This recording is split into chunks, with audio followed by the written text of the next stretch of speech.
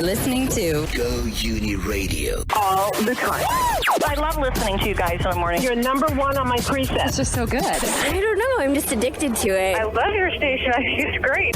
Live life. Love music. The most acts we've ever had. 106.9 FM. Rise and shine, Coal City!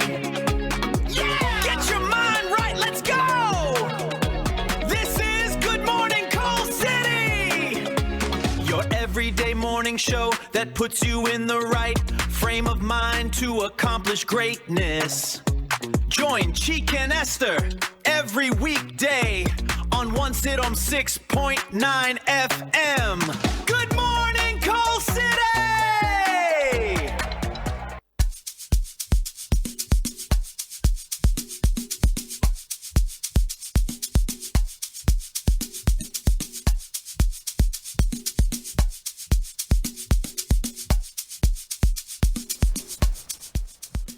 All right, good morning and welcome to Good Morning Core City right here on 106.9 FM Go Uni Radio, the heartbeat of dialogue. And of course, it's a very beautiful Monday morning, the 8th day of June 2026. And I'm so glad, always excited to be in the studio with my pretty lady with the golden voice, Esther! Hey guys, good morning everyone, and good morning Chike. You see, we're back from the weekend, and I sure do hope that everyone had a good weekend. Did you do? Yeah, of course I had a good weekend. It was quite busy. It was quite engaging. Like I had to just sit down in front of system and I kept on walking. Hope like, you got some rest though. Yeah, I did. At least I got 6 hours, 7 hours sleep. I think that's commendable though. Yeah, and I'm then proud I'm so refreshed this morning to be able to see how good you're looking this morning with the afro. Don't say it. I'm just repping Africa. Yeah. Yeah, of course. Esther is looking so beautiful this morning, actually. All right, welcome to Good Morning Cause it's right here on your favorite dial 106.9 FM going radio, the heartbeat of dialogue. And remember how we always do it. This is the place to be. This is a place to relax, and of course this is a program you need to start the morning with, because Esther is ready to tell us how you're supposed to feel this beautiful Monday morning as we are getting ready to navigate through the day. And then remember, just after Esther is done telling us how we're supposed to feel this morning, we are going to look through what the weather has for us today, and then we're going to short musical break, and when we come back we look through our top stories for today. But meanwhile, Esther is ready to tell us what we are supposed to feel this beautiful Monday morning. Of course, I'm so much itching and waiting to hear the beautiful things she's going to tell me this morning. Esther, over to you. All right. Good morning once again, Coal City, and happy Monday, the 8th of June, 2026. A brand new week is here. Another 7 days, another opportunity, and another chance to move our lives forward. This morning, before the responsibilities begin to compete for your attention, I just want you to remember something. This week will not be defined by what happens to you, but by how you respond to what happens to you. There will be challenges, there will be delays, there will be moments when things don't go according to plan. But don't let that discourage you before the week has begun, okay? I want you to make a decision this morning to show up, to stay focused, and to keep going, because the truth is, many people are waiting for motivation when what they really need is commitment. Motivation comes and goes, commitment stays. Commitment wakes up when it doesn't feel like it. Commitment keeps learning when progress is slow. Commitment keeps believing when results are not yet visible. And that is what builds a meaningful life. And as you begin this week, don't spend your energy comparing your journey to that of others. No, don't do that. Someone else's success doesn't cancel your potential. Someone else's progress does not erase your purpose in any way. So your assignment this week is very simple. Just for you to be a little better than you were last week. Learn a little more, try a little harder, believe a little deeper. And if you're carrying worries this morning about your finances, your family, your responsibilities, school, or maybe the future, I want you to not allow those worries to become heavier than your faith. Okay? You have survived difficult days before. You've made it through seasons you once thought you would never, you thought would break you. But here you are, you're still here. And that means that strength within you, there's still strength in you that maybe you've not even figured out yet. And I want you to do something for me this Monday. I want you to move with purpose, speak with confidence, work with excellence, treat people with kindness, and give your goals the effort they deserve. Because one day, the life you're praying for will require the discipline you're building today. And as always, remember that you can do all things. You can do anything that you put your mind to do, as long as you keep being willing to put in the work and stay consistent long enough to see it happen. From my heart to yours, and also from Chike here, we're both wishing you a productive week, a focused mind, a peaceful heart, a clear mind, and the courage to pursue everything that matters. Good morning, Coal City. This week is another opportunity. Don't go through it. I want you to grow through it.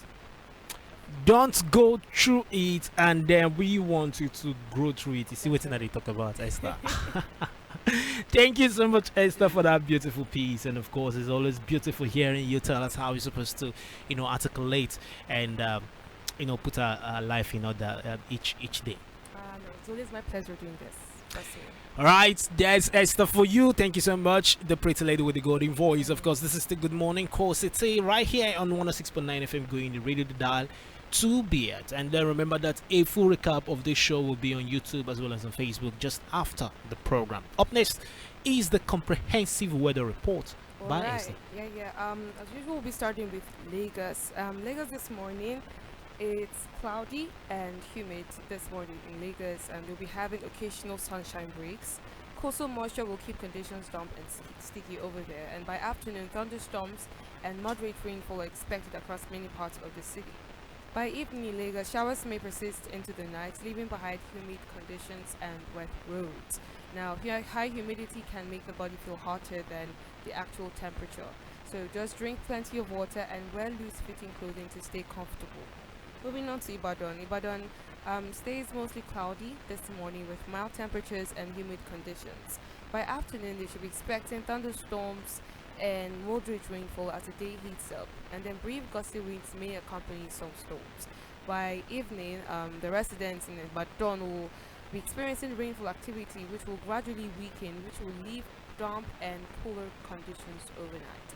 Moving on to Port Harcourt. Port Harcourt is overcast with skies filled with periods of light rain and drizzle this morning. By afternoon, moderate to heavy rainfall is expected, accompanied by thunderstorms in some locations, and by evening, wet conditions continue through much of the evening with lingering showers. And moving on to Abuja, the federal capital. This morning, the federal capital is partly cloudy with intervals of sunshine and generally pleasant conditions. In the afternoon, heat builds through the day before isolated thunderstorms develop later in the afternoon and evening. And in the evening, cooler conditions will follow the storms, which will bring a more comfortable night. Then in Kano, as usual, is experiencing sunny skies with patches of cloud and generally dry conditions. By afternoon, temperatures will climb up into the upper 30s, which will create uncomfortable heat conditions. And there is only a slight chance of isolated thunderstorms later in the day. In the evening, it will stay warm and mostly clear conditions which will persist through the night. And finally, here at home in Enugu, we started the day cloudy and humid, with temperatures gradually rising from 24 degrees Celsius and to 28 degrees, even though the sun is out already. And then by afternoon, temperatures peak around 29 degrees, though it may feel closer to 34 degrees because of the humidity. Light showers are expected to develop into moderate rainfall by mid-afternoon, and by evening, scattered thunderstorms are likely around 6 p.m., which will linger into the evening before gradually easing later tonight. Temperatures remain around 24 degrees Celsius to 26 degrees. And that is your comprehensive weather report for today. All right, thank you so much, Esther, for that one. And of course, that will help us navigate through the day. And it's actually been raining back to back for days now. And of course, I love it. Of course we do. All right, this is the Good Morning Coal City. We're going to go on a short musical break. And when we come back, we'll look through our top stories for today. Don't touch the dial. This is a place to be. And we'll be right back.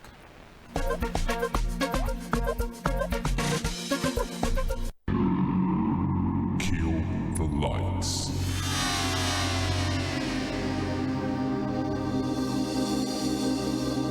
Initiate Go Uni Radio. Attention, 042. You are listening to the Urban Takeover Crew. Go Unit 106.9. Are you ready to jump? We are controlling transmission. Tell me what's your flavor? What's your flavor? Go Uni Radio. Imagining a better world.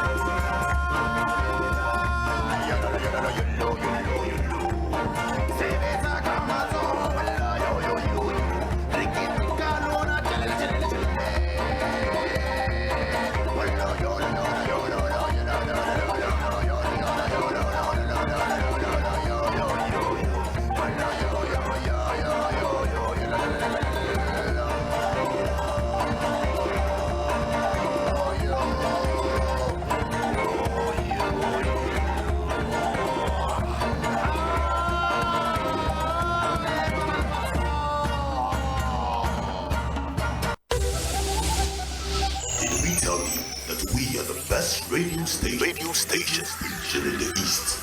Did we also tell you that we do music on a little bit of dialogue? And we are Go Uni Radio 106.9, the heartbeat of dialogue. Rise and shine, Coal City! All right, welcome back to Good Morning Coal City right here on your favorite dial 106.9 FM Go Uni Radio. And of course, that was Ebe Selakao. That the guy is actually good. He's really good. And of course, dancing all through. I follow him a lot on YouTube, and then I just love I just love the level of expertise that he brings to the game. It was beautiful. The song was beautiful. All right, and this is time for us to look through our top 10 stories for today, and Esther is ready with the first one. That's right. For the first story this morning, we see states rush to deploy forest guards as insecurity deepens. The story has it that the deployment of forest guards has gathered momentum, with Kebbi, Gombe, Kwara, Kaduna, Edo, Imo, Bayelsa, Anambra and several other states scaling up operations under the federal government's backed initiative, although implementation remains uneven nationwide. The renewed focus on forest security follows President Bola Tinubu's approval of the recruitment of 1,000 forest guards after recent attacks and abductions linked to suspected bandits in Oyo and Kwara states. Against the backdrop of the increasing attacks by criminals, President Tinubu on Sunday restated his administration's commitment to intensify the fight against insecurity and ensure the release of all persons held captive across the country. In Kebbi State, 819 newly trained National Forest Guards have been deployed following a 9-week intensive training program held in Kalgo local government area.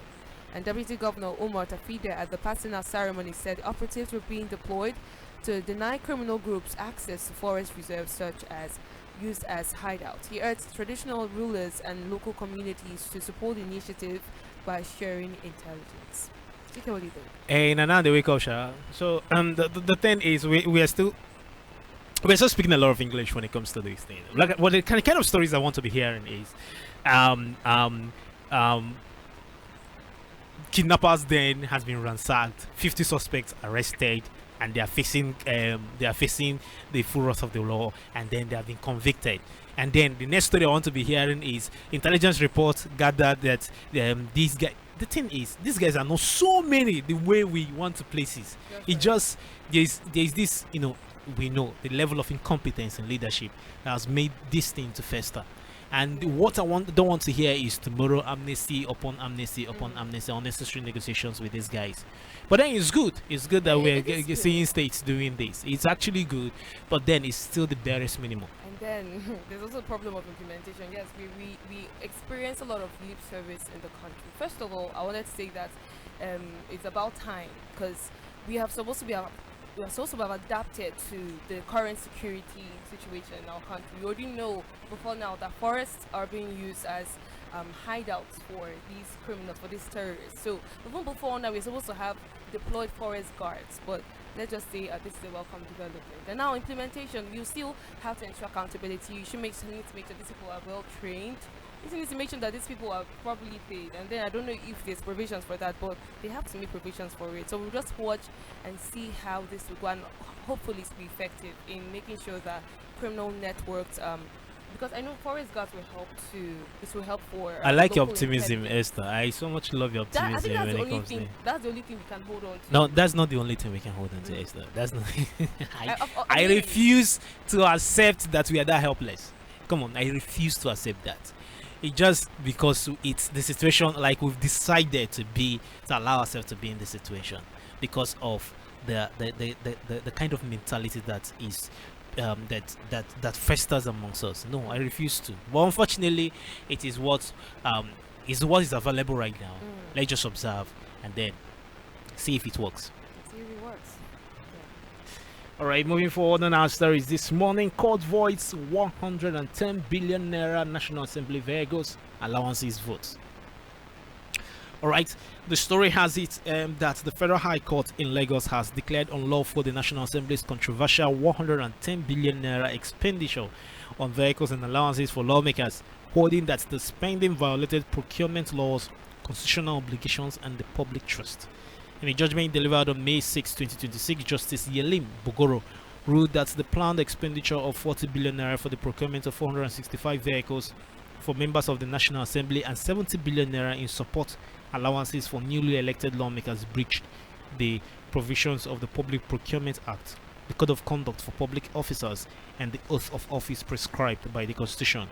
The suit marked FHC LCS 1606 2023 was instituted by the Social Economic Rights and Accountability Project against Senate President Godswill Akpabio and Speaker of the House of Representatives Tajuddin Abbas on behalf of members of both chambers.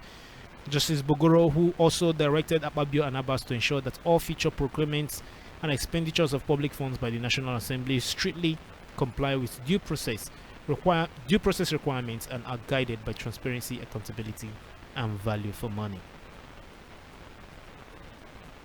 Oh well, 110 billion naira.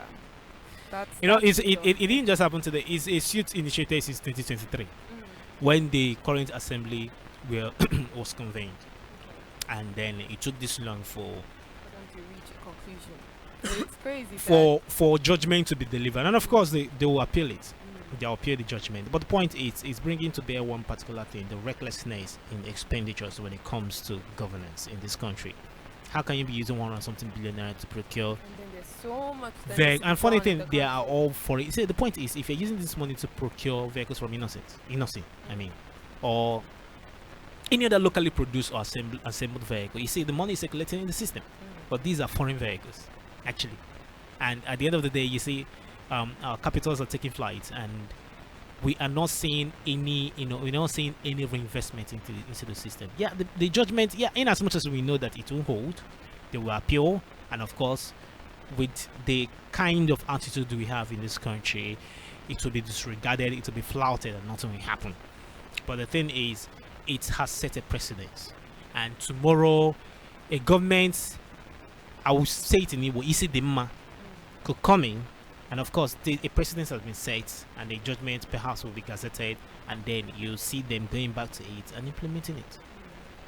Well, this was a good move by the judiciary, but we'll just see how it goes from here onwards. And moving forward, we look at Nnamdi Kanu.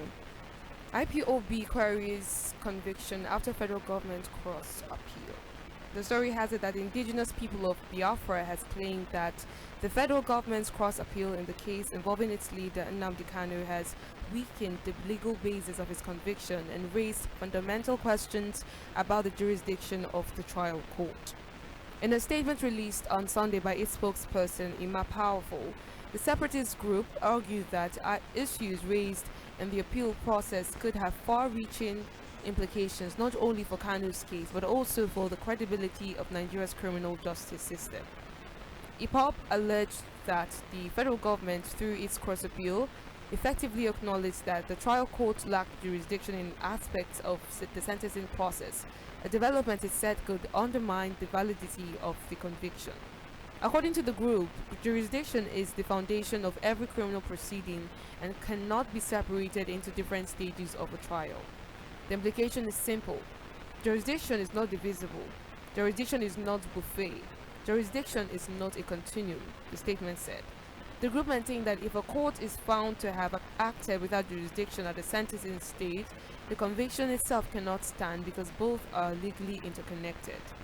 IPOB further argued that the Court of Appeal would have to determine whether the conviction could be sustained in light of what it described as the federal government's position on jurisdiction.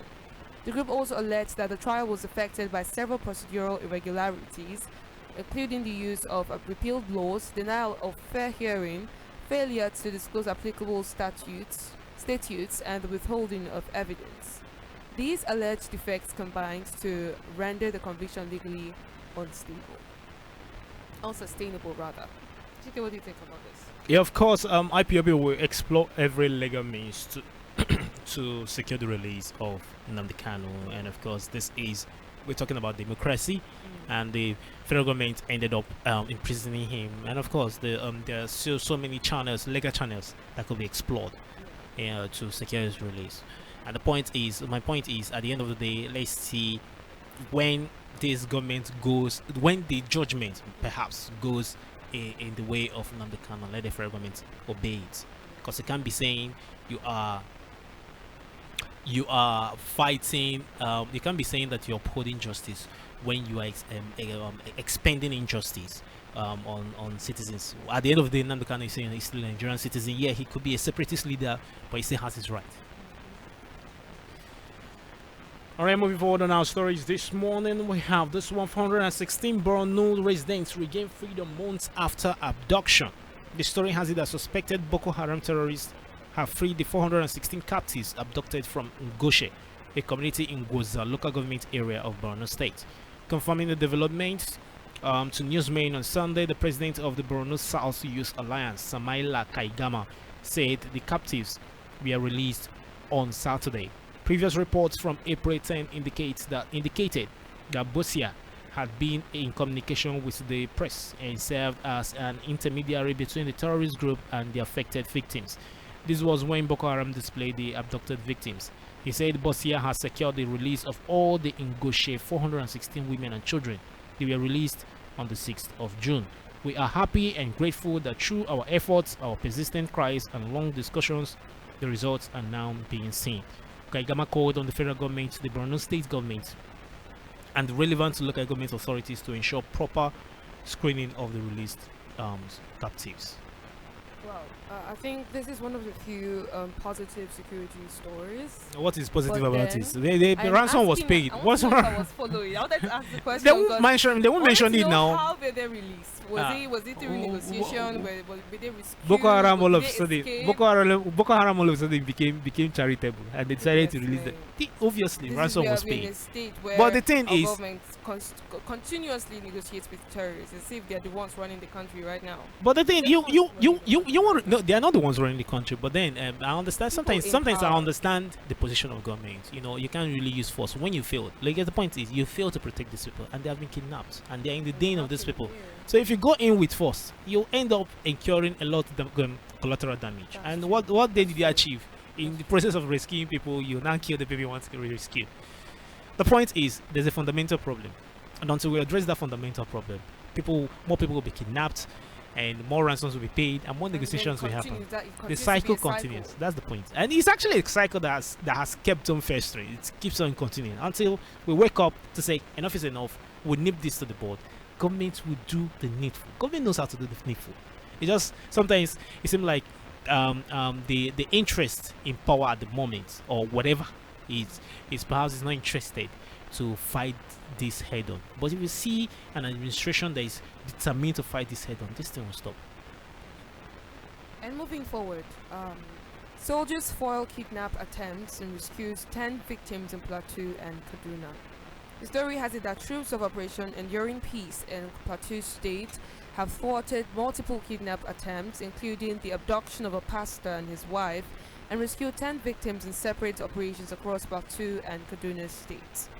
Spokesperson for the Joint Military Task Force, Captain Chinonso Polycarp Ote, who disclosed this in a statement released in Jos on Sunday, said the operations that led to the rescue of the victims were carried out within the last 48 hours. He said the decisive operations launched aggressive manhunts for fleeing suspects while reaffirming the military's commitment to securing highways and communities within its joint operations area. The statement read, in a series of decisive operations conducted over the last 48 hours, troops of Operation Enduring Peace have successfully foiled multiple kidnapping attempts, rescued several victims, and launched aggressive manhunts for fleeing criminal elements across Plateau and Kaduna states. These swift interventions underscore the unwavering commitment of the military to maintaining security and guaranteeing the safety of commuters and residents within the Operation Enduring Peace joint operations area. Well, a good one, and then Good one of again. course, seeing kidnapped attempts being foiled by the security agencies is a Few good one. times the members of the I just consider these just guys, being- they should just go and yeah. thank their God because they were not kidnapped. But then, Thank God. it's commendable. We want more of this in the country. That's right. All right, moving forward, still on a positive news. Police how we killed 2 kidnappers. Arrested for while rescuing Adelabu's sister, twin sons. All right, the story has it. that the Oyo State Police Command on Sunday confirmed the killing of 2 suspected kidnappers and the arrest of 4 others during a rescue operation involving Mrs. Busola Adegoke, the sister of former Minister of Power Adebayo Adelabu, and her 2 children. Mrs. Adegoke was abducted at about 7:30 a.m. on Wednesday, June 3rd, 2026, while driving her 12-year-old twin sons, Peter and Paul, to school in Ibadan. The victims were eventually rescued on Saturday night by operatives of the command.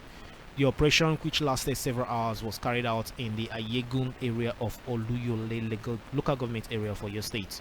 The abductees were rescued from a 3-bedroom bungalow where they had been held captive.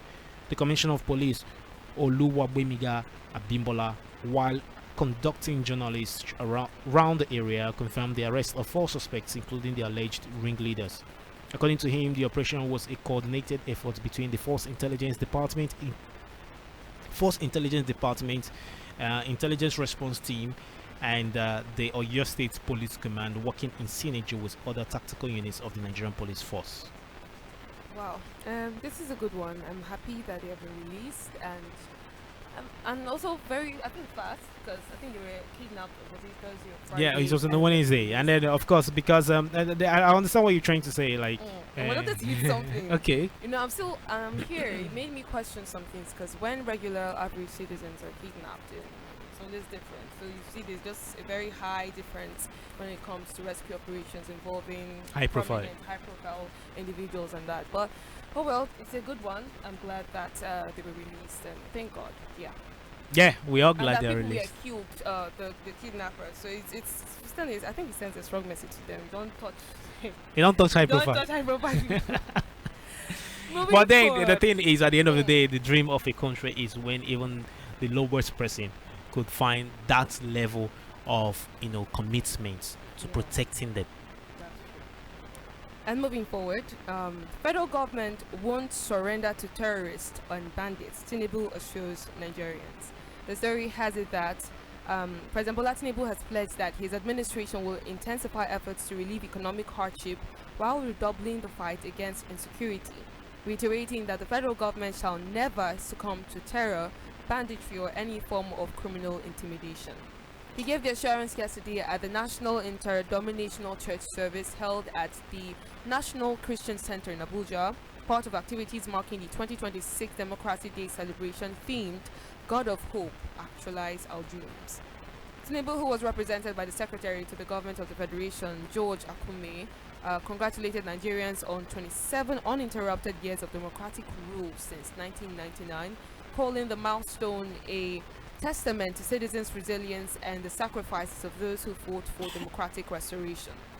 In a statement signed by the Special Advisor, Media and Publicity to the SGF, Yomi Odunuga, President Tinubu paid tribute to pro-democracy activists of the June 12th struggle, noting that many endured persecution, injuries, and even death in the quest to secure democratic governance for the country, and urged Nigerians to honor those sacrifices by building a stronger nation. Acknowledging widespread economic pain, the president said the government was aware of the strain facing households and promised intensified action to ease conditions. Government is sensitive to all these pains, shares in these pains, and has heard your cries, he said, adding that he would redouble his efforts to ensure socio-economic difficulties are substantially reduced through delivery of sustainable democratic dividends. And he says on security, he described recent attacks and abductions as painful reminders that more work remains to be done, but stressed that the administration is prioritizing the safe return of all persons held captive. He said security agencies are being supported with necessary resources to protect lives, secure communities, and preserve Nigeria's territorial integrity.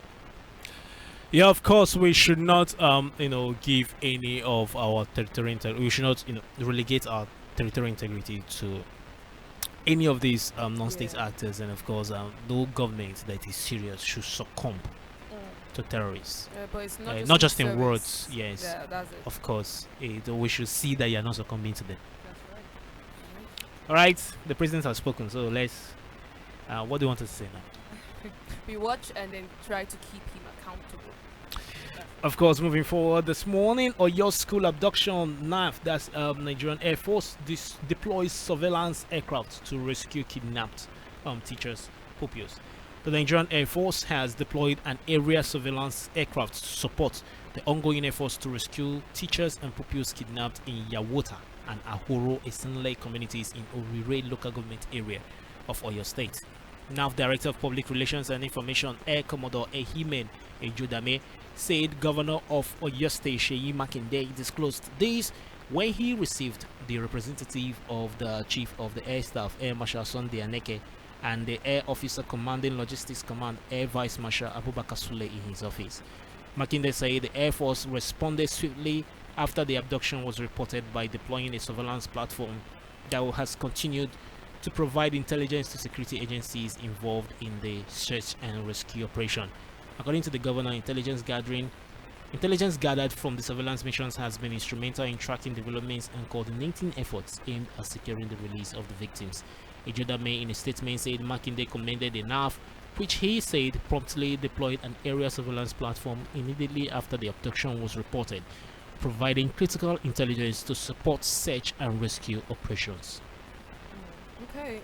You know, when I saw this headline, I was like, wait, is it just happening now, or is it now you are still trying to do this? No, and I read through and I saw that he actually started when children were confirmed to be abducted, and we can't wait for these kids to be released. It's been over 2 weeks. Yeah, it's been over 2 My weeks. goodness. I swear. I don't want to even think about it. I just hope they'll be released and in safe condition too. And moving forward, we see ceasefire threats as Israel and Iran trade war strikes in months. The story has it that Trump previously urged Netanyahu not to retaliate, according to a U.S. official. He also said he warned Iran to get back to the negotiation table. It's just after 9:45 a.m. in Israel, and Iranian state broadcaster RIB has reported that a new wave of Iranian missiles has been launched towards Israel. Sirens were heard going off in Israel around the same time.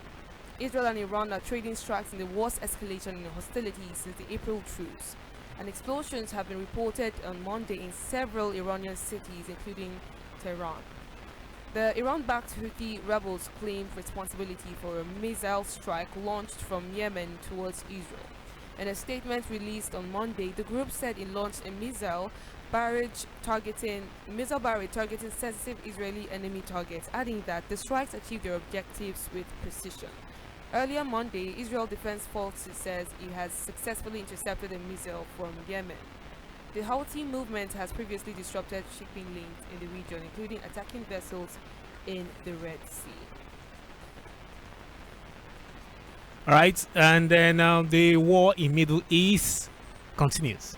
And this is the worst escalation ever. Just last week, we actually saw headlines stating that the conflict was easing, and for me to see this yesterday and this morning, I was like, what's happening? And then we know we are going to always feel the ripple effects. We're going to be seeing last week fuel prices reduced by $3. Now we're going to be seeing a very serious escalation in everything, and this is bad in every ramification for not just the Middle East, but for globally. Everyone will actually feel this. Of course, the war continues, and then we just hope that we see an end in sight. All right, the last story this morning: the world of sports. Super Falcons target stronger display against Senegal in second friendly. All right. The story has it that Nigeria's Super Falcons are set to adopt a more aggressive approach when they face Senegal's Teranga Lionesses in their second international friendly on Monday, following a closely contested encounter between both sides in Ikene and Remo on Friday. Head coach Justin Madugu revealed on Sunday that the 9-time African champions will be more purposeful in attack as they continue preparations for next month's Women's Africa Cup of Nations in Morocco. The Falcons secured a 2-1 victory in the first friendly, with veteran striker Asisat Oshaola converting a penalty before midfielder Tony Payne added a second goal. Senegal pulled one back late in the match, scoring with 4 minutes remaining. Monday's return fixture at the Remo Start Sports Complex offers both teams another opportunity to fine-tune their squads ahead of the Continental showpiece. Nigeria and Senegal last met in a WAFCON qualifying tie in 2016 when the Falcons advanced 3-1 on aggregate after a 1-1 draw in the first leg and a 2-0 victory in the return fixture. At the forthcoming tournament in Morocco, Nigeria will be chasing a record extending 11th continental crown. The Super Falcons have been drawn in Group C alongside Egypt, Zambia and tournament debutants Malawi. Senegal will compete in Group A with hosts Morocco, Algeria and Kenya. The 2026 Women's Africa Cup of Nations, scheduled for July 25 to August 16 in Morocco, will also serve as a qualification pathway to the FIFA Women's World Cup. The top 4 teams will earn automatic qualification for the finals in Brazil, while the 5th place side will advance to an intercontinental playoff for a chance to secure a World Cup berth. Oh yeah. Yeah, I can see the readiness and all. We know what these friendlies are for. It just offers every team an opportunity to just look at what you're doing, prove your fitness and the rest of them. Yeah, make some changes in your tactics and all that. So it's a good one. We're always supporting our people, our team. So yeah. Yeah, of course, we wish the Super Falcons all the best. That's right. Okay, guys. Thank you so much for sticking out with us up until now. But before we wrap it up, I'd like to announce to you, or to inform you rather, that from starting tomorrow, we'll be introducing a new segment on our Good Morning Cold City show, which we call the Reality Check, where we talk about socioeconomic issues, disturbing every single one of us. I mean, we're talking about economy, education, healthcare, security. We're going to touch everything that affects us citizens. We just talk about how it affects everyday Nigerians. And I promise it is going to be enlightening. It's going to be a delightful segment. So it's still going to be within the time where we are actually on the show. That's 1 hour, right?